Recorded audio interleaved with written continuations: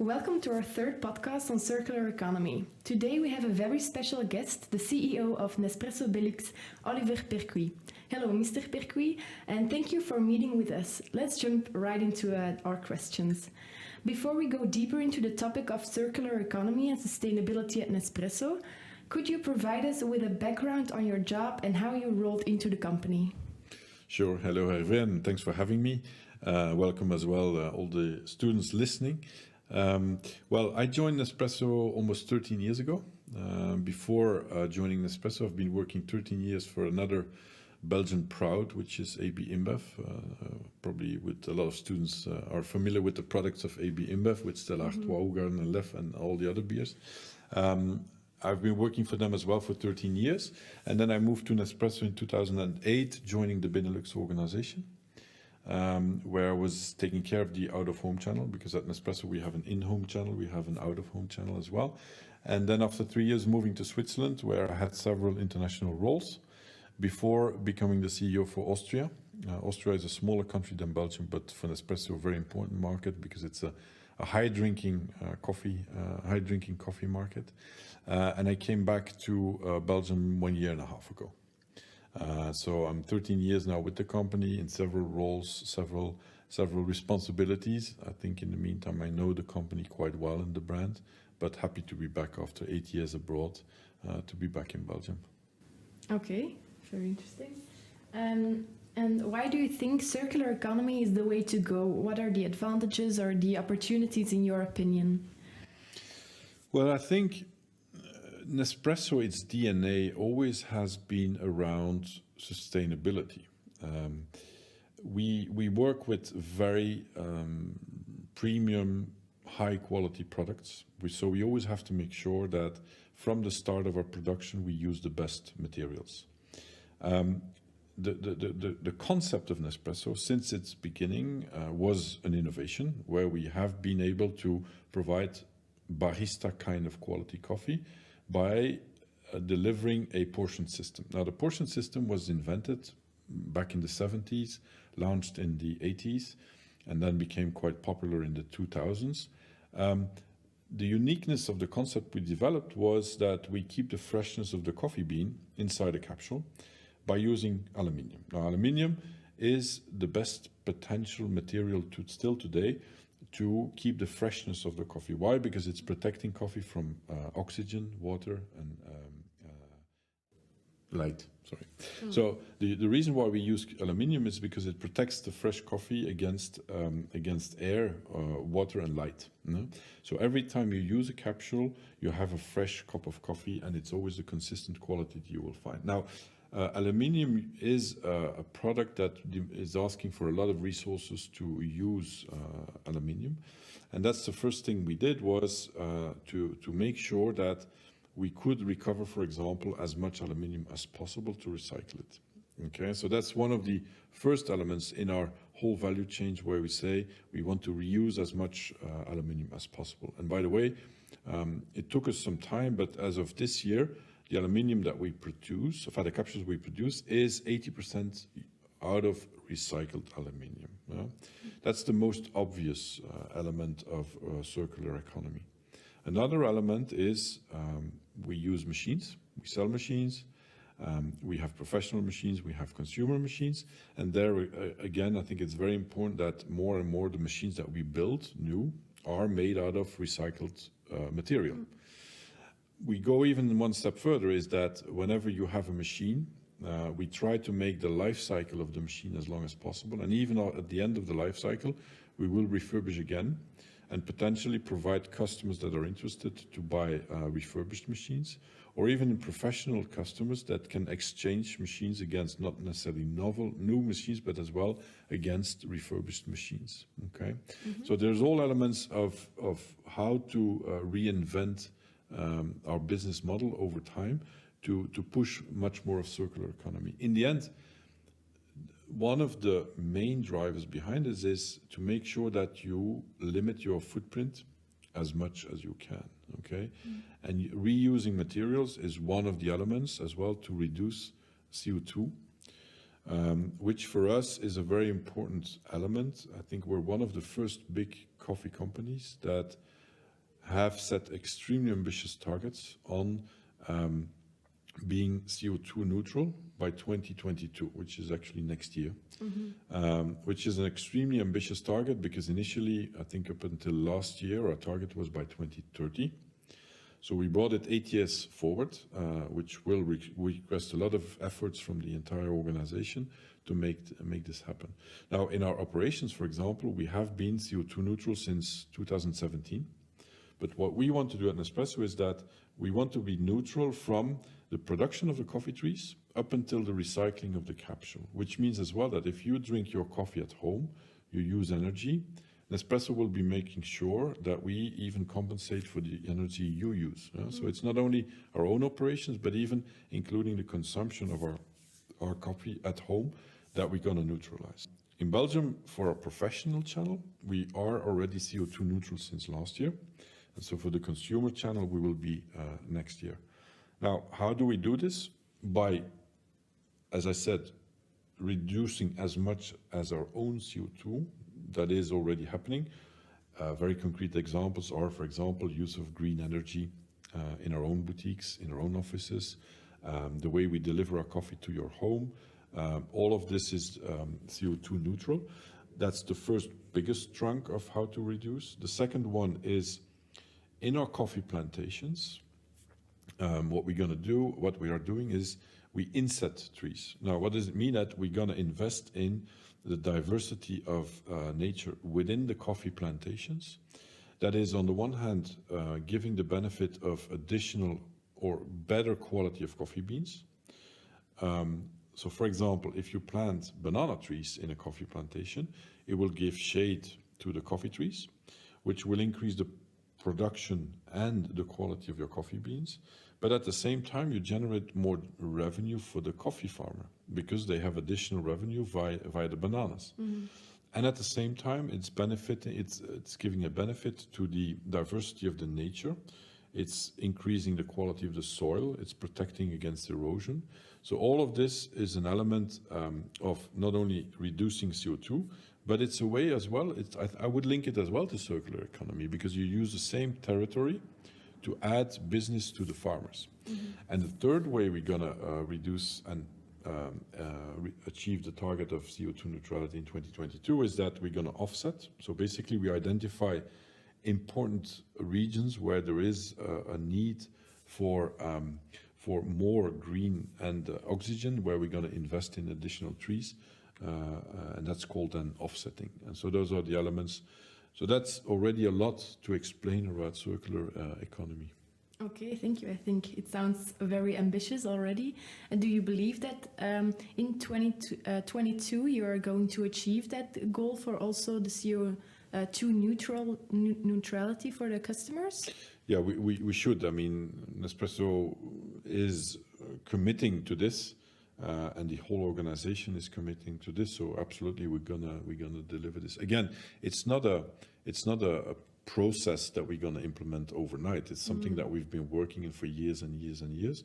The only thing is that we committed to an earlier achievement because there's a necessity. You know? I think it's important as a company to play this role, but there's simply as well there's no choice.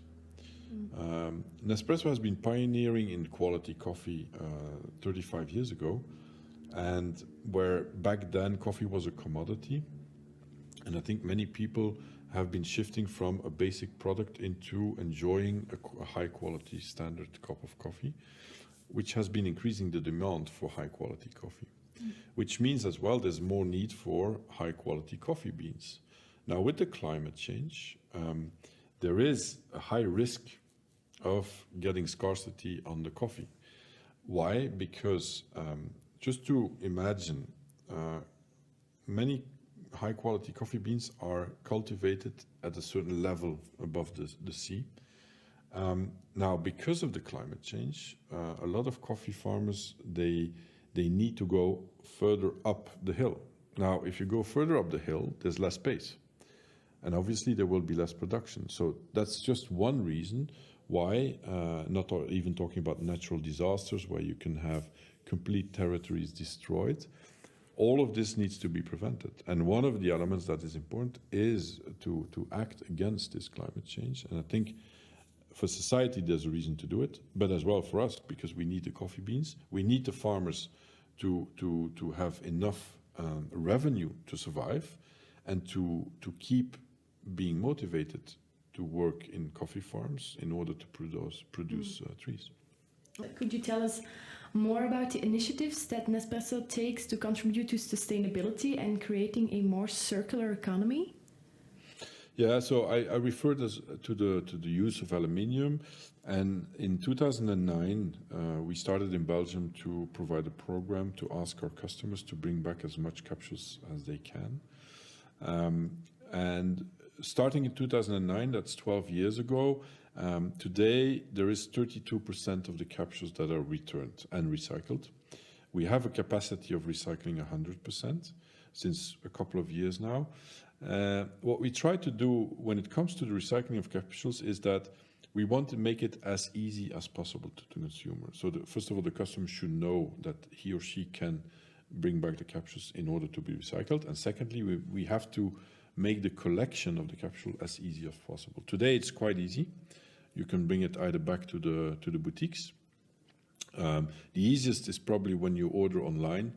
You can simply hand in your bag of used capsules to the delivery man or woman, or you can even put it in front of the door. It will be picked up. And then there's 1,500 other points of collection, whether it's offices, whether it's Q8 gas stations, whether it's partners of Nespresso like Mediamarkt, Krefel, Van den Borre. There's the DPD drop-off point. DPD is our supplier to deliver at home, but they have several drop-off points as well where you can hand in your coffee capsules. So today there's humorous number of areas where you can bring.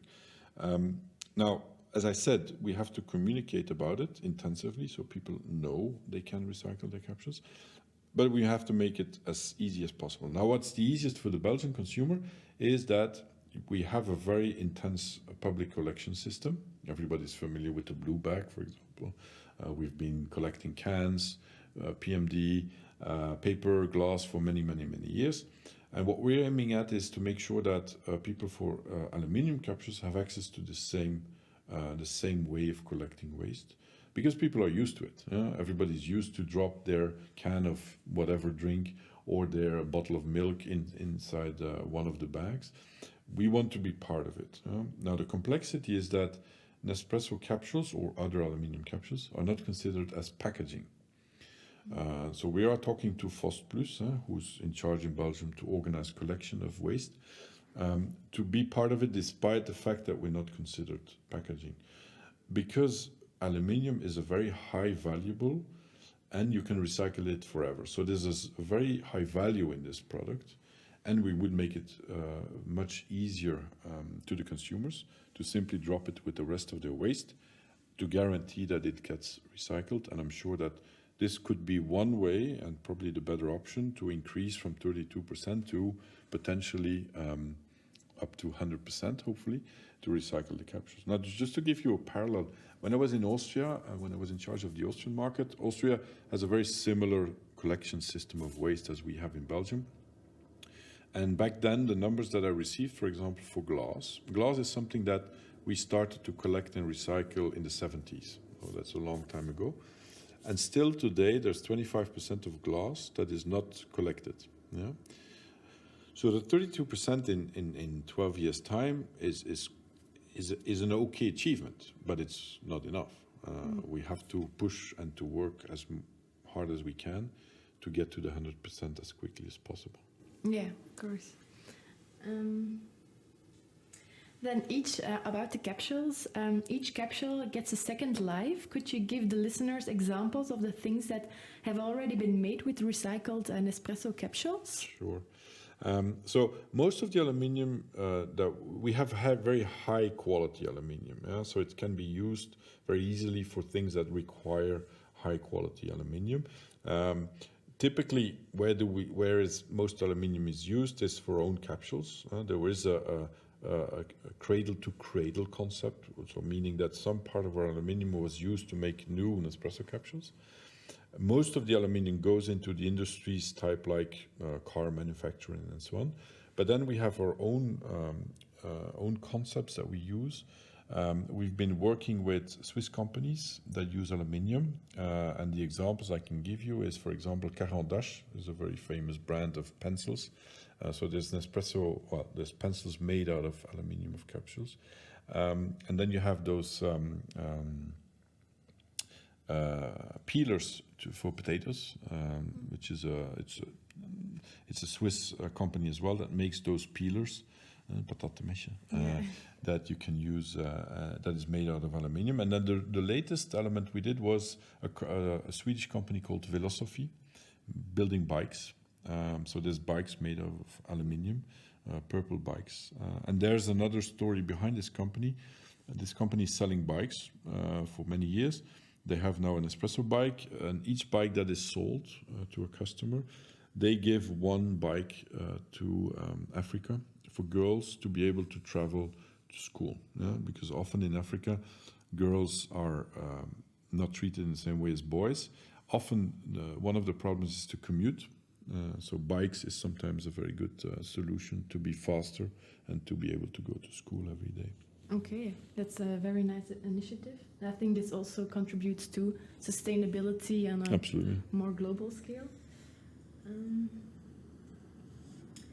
What then is or are the long-term goals of Nespresso when implementing the initiatives for a more sustainable product?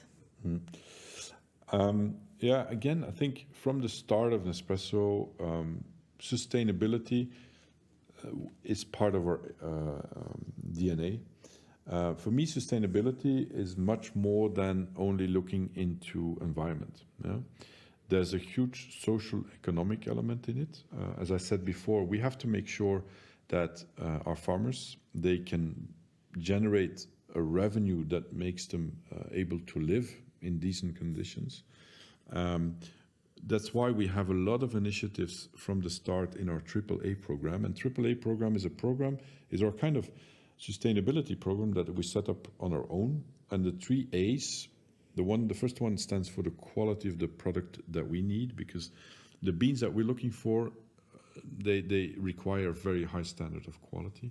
The second A stands for everything related to respect of nature, again, with the aim to be able to provide for the future enough areas where we can cultivate those green beans. And the third element is that to make sure that the economic and social conditions for the farmers are the best possible in order that they continue working in coffee farming, but as well the children, that they don't choose for other opportunities to have more revenue. That's why we pay a premium price and we work directly with farmers. But there's a lot of other initiatives where, for example, in Colombia, we set up a pension fund for the farmers, because farmers, they don't have, like we have, a kind of pension settling once we stop working. So we set up a pension fund for coffee farmers in order to make the life of coffee farming more attractive. Another way of developing sustainability programs where you combine quality, environment and social economical investments and initiatives is, in the countries in the world, there's a lot of regions where there used to be a huge history of quality coffee and very unique coffee. Now, many of those regions sometimes are destroyed by war or by disasters. And back in 2014, we did the first initiative in South Sudan. Sudan is a country that is completely destroyed by a civil war. What we try to do is to build again the region where there used to be a very exclusive coffee. And we have several other examples in other countries where there has been wars or natural disasters, where we build again the infrastructure so people can come back to this region and start doing again what their ancestors have been doing for many years, cultivating coffee. And it's a very good example of how, on the one hand, we can grow, again, coffee beans to offer to our consumers, a unique coffee.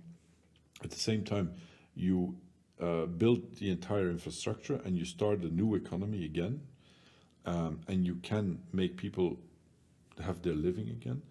and at the same time you do it with respect of the nature. So it's a very good example again of how a company can make a difference for nature, for their consumers, because we're a business, we want to sell, we want to make money, but you invest it directly at the very start of your production, and you give a new life or a new hope and new opportunities to coffee farmers to bring back this idea of circular economy as well. So it's a bit of a vicious circle always. Yeah, okay, that's a strong message.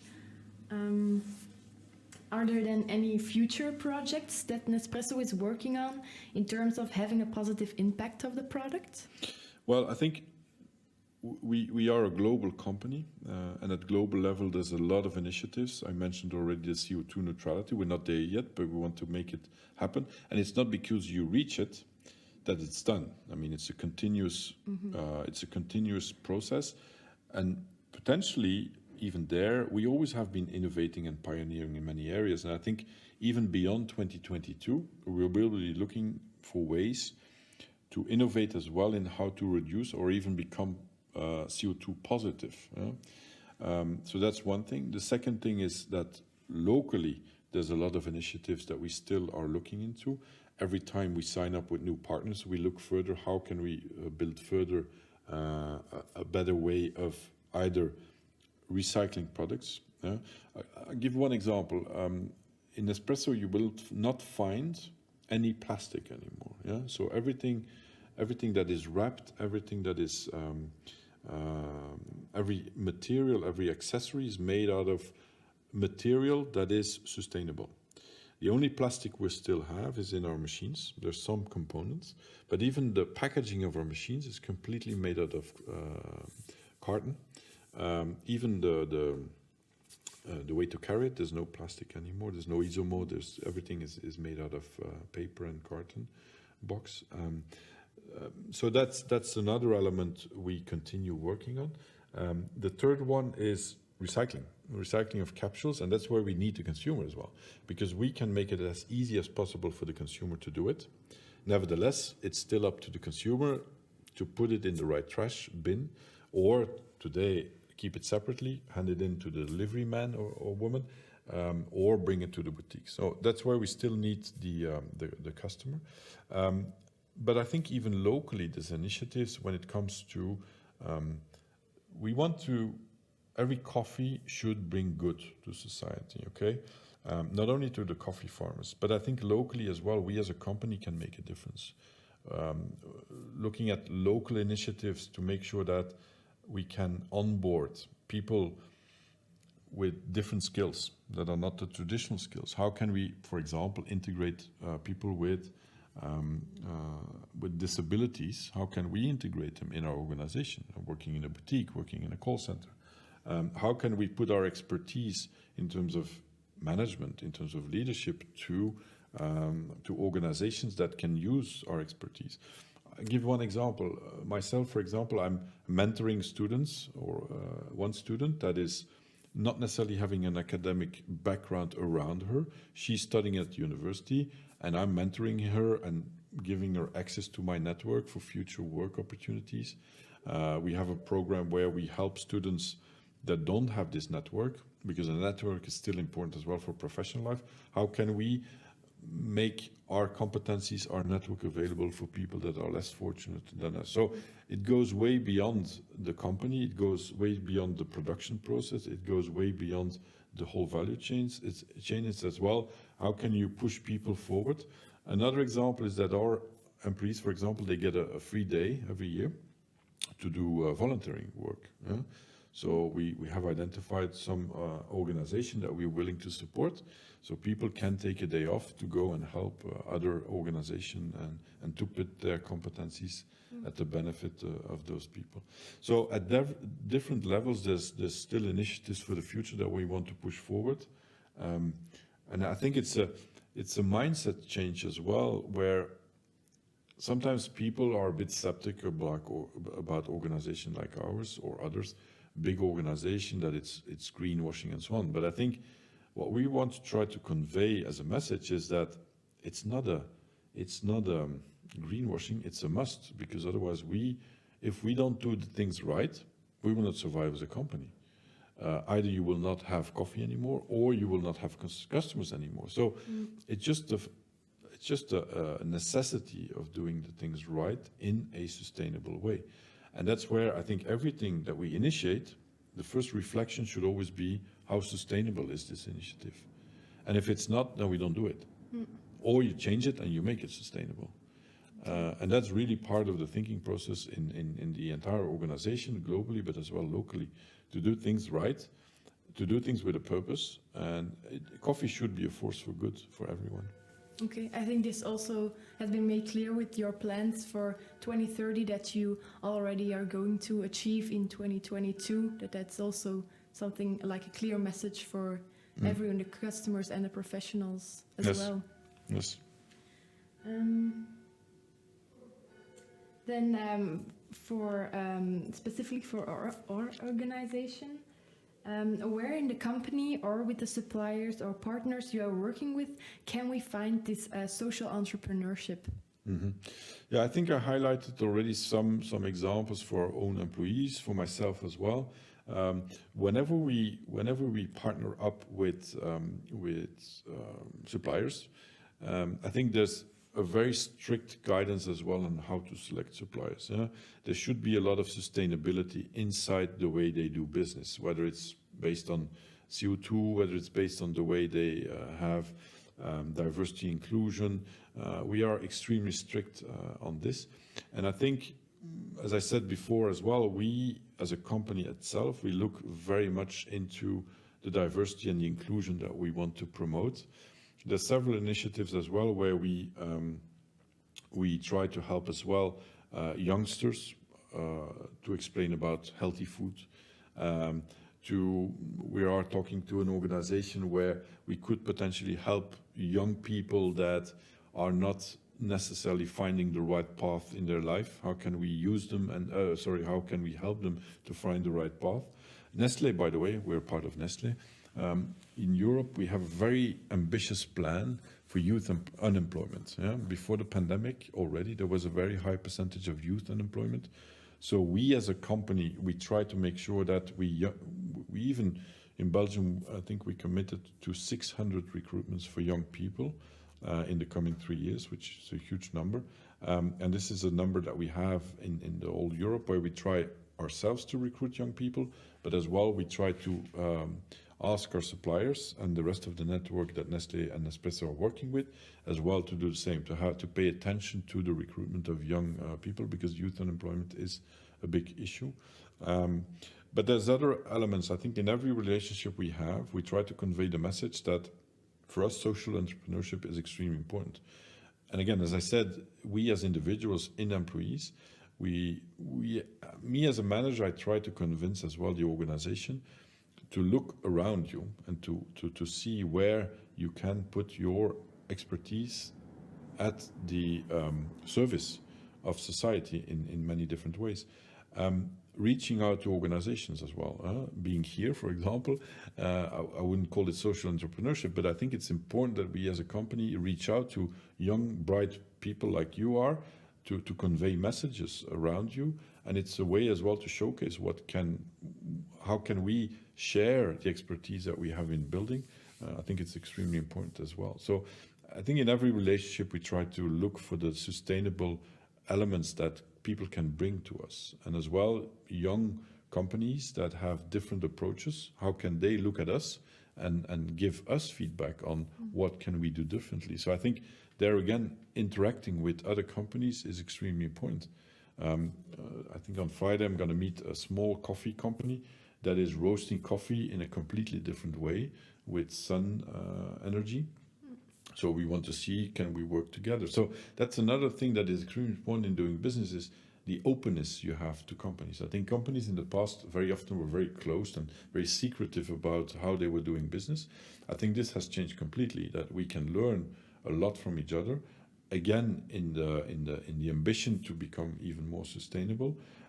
And sometimes it opens your eyes as well on how you are perceived and how you can as well improve your elements. So I think it's important in every relationship to do that. Yeah, Definitely, I think it's very profitable in many ways when you don't have that closed vision but an open vision for your company itself, but also for the partners and the customers, etc.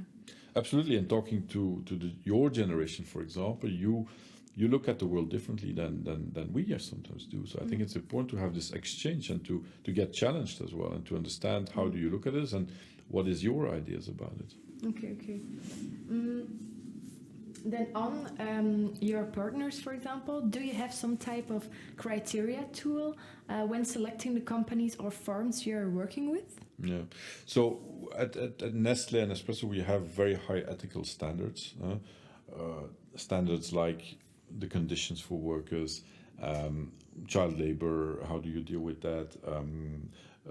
What do you do about environment, your CO2 emission report? So there's very strict standards that our suppliers have to commit to.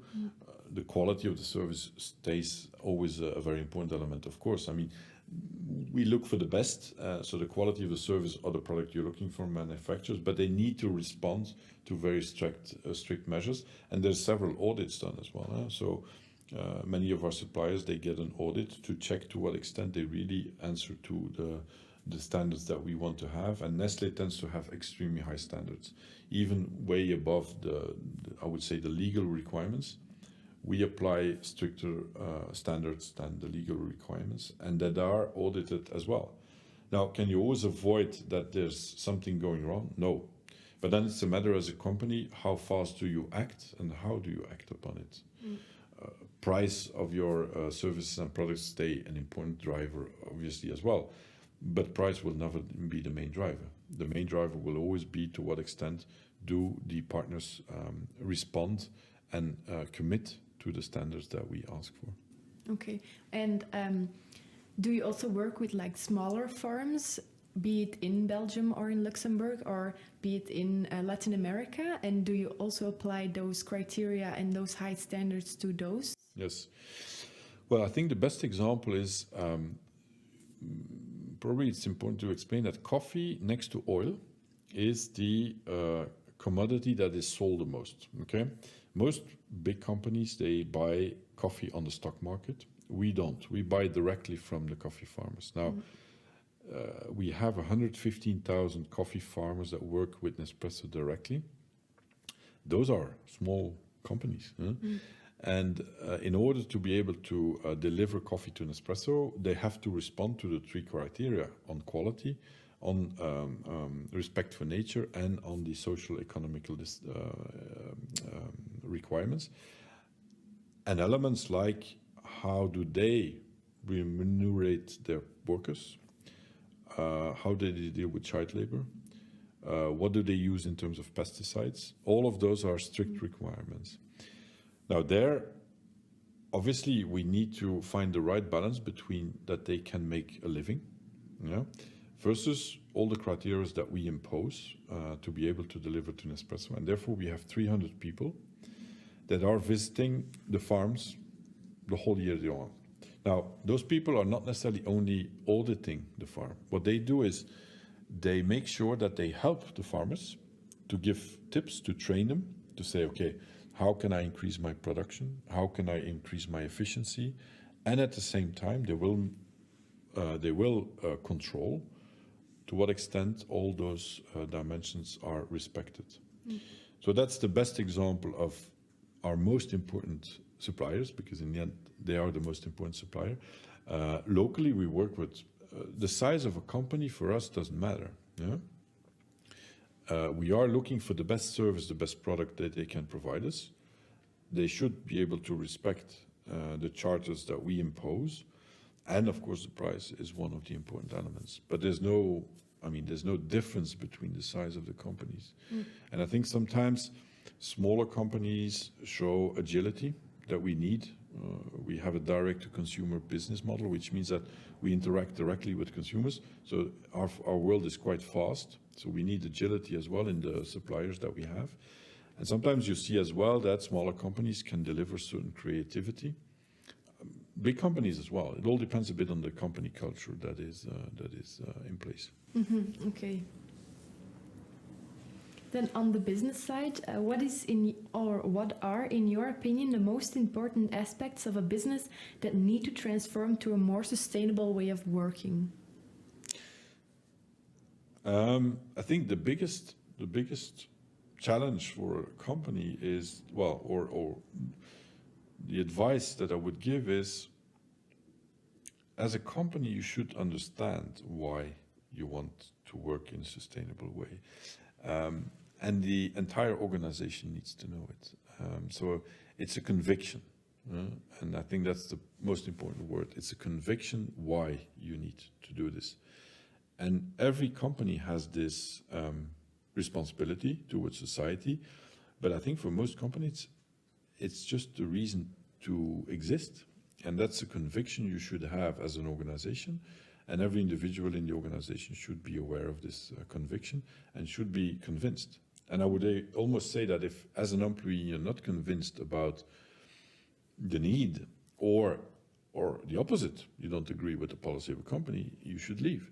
You should look for another company. Because there should be a match between what you as a company are doing and what the employee believes in. So it's all about conviction, and the entire organization should be behind it. You should understand why it is absolutely a must and a responsibility for each company, but as well for each individual. I think all of us, we should constantly reflect on how can we contribute, what can we do in our personal life as well to fight for a better future for everyone.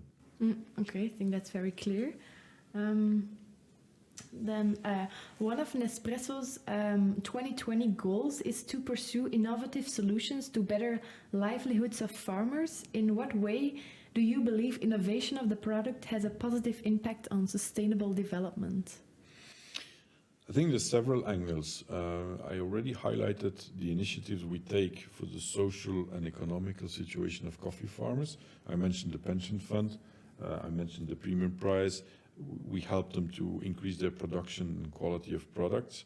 I come back to the program where we develop new territories, which is called, by the way, Reviving Origins. That's, again, a very good example of your question, to say, how can you be innovative and at the same time contribute to the livelihood of farmers and to build the environment again.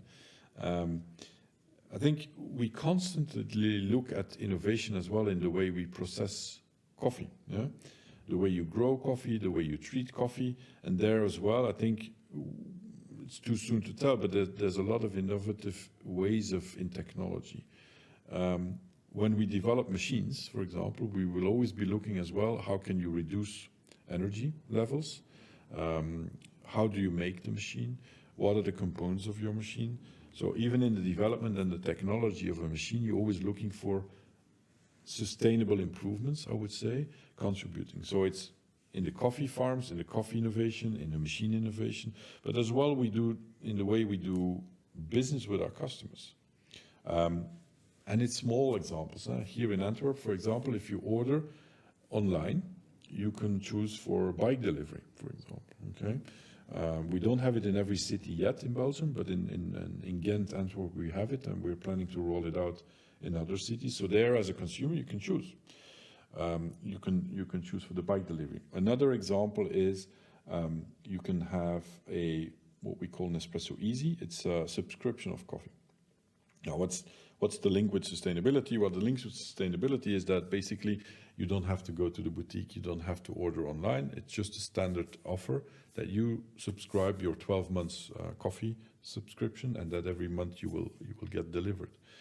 I mentioned already the negotiations we have with Fos Plus to be part of the collection system. So all of these are concrete initiatives to say what can we do more, and what are the initiatives that we have. Innovation is another element of our DNA, and I think we look into innovation in everything we do, and innovation should always contribute to a better sustainability. So if you would get a 10-second commercial break on the radio or television, what is the main message you would give the audience to convince them to buy or use more sustainably from Nespresso? I think, and that's what we tried to do, by the way, in the last commercial we have, but I think the most important message is that coffee is a force for good. So it brings good to the society and to the coffee farmers. And coffee can be a very sustainable product, but you have to be skeptical in the way you buy coffee. But and to make it very concrete, I think it's the recyclability of the capsules and to bring back capsules. That would be the main message, because it's the most tangible element of the sustainability, but it's the whole sustainability that is around coffee, that coffee can be a force for good for the world. Okay, thank you. That's very nice. And then the last question, do you have some tips and tricks for us, or maybe a take-home message? Well, I think the future of society. I would say my main message would be to say that whenever you drink coffee, if you drink coffee or any other product, be skeptical on what you buy and what you drink in the case of coffee. But at the same time, trust as well companies on their program, but be informed. So don't simply say, I'm going to have a cup of coffee, but think about who's behind this coffee and how this coffee is produced. So be skeptical, but be trustful as well. That would be my main message. Thanks for all the information you gave us, Oliver. It was very interesting. We are very happy to see that you are already putting an effort in transforming to a more circular economy. So thank you for that. Thank you for your time. It was a pleasure.